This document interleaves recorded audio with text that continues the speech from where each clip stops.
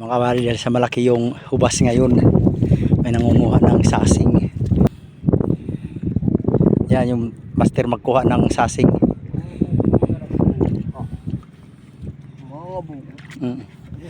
Ayan yung kuha niya, oh. Ayan, sasing yan. Gumagalaw-galaw pa yan. Yan. Yan. Yan.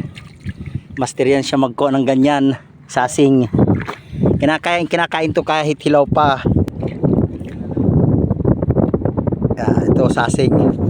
Siyang master niyan dito, tagakuha ng sasing. Inuhugasan lang tong sasing na to. Tapos tatanggalan ng kinain na baras.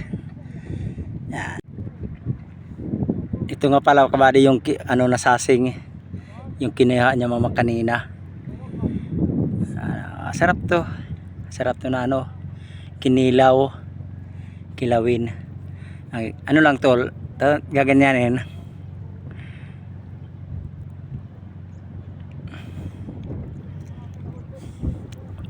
Tapos iwiwitik.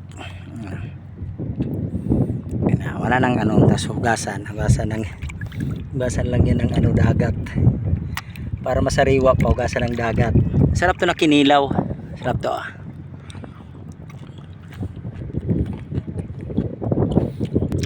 Kasi pag sa na to,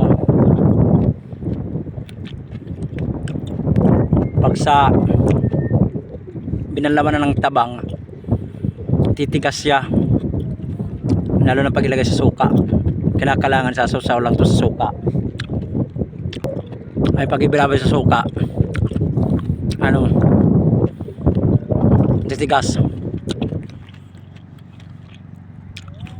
titigas siya. Kaya ng ulan ata, diba?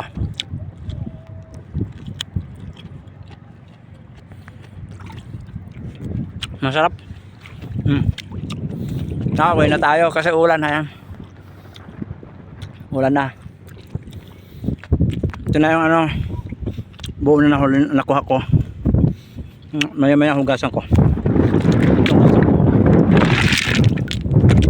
Ayan, buo.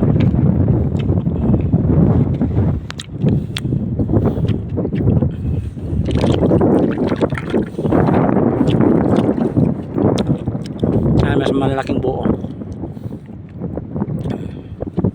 Malaking buo yung nakuha ko. Nakakaulam na rin.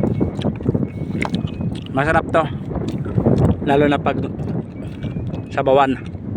Kaya nito, yung sa amin ba malagsim yung sabaw nito, malagsim. Prevent goiter din to.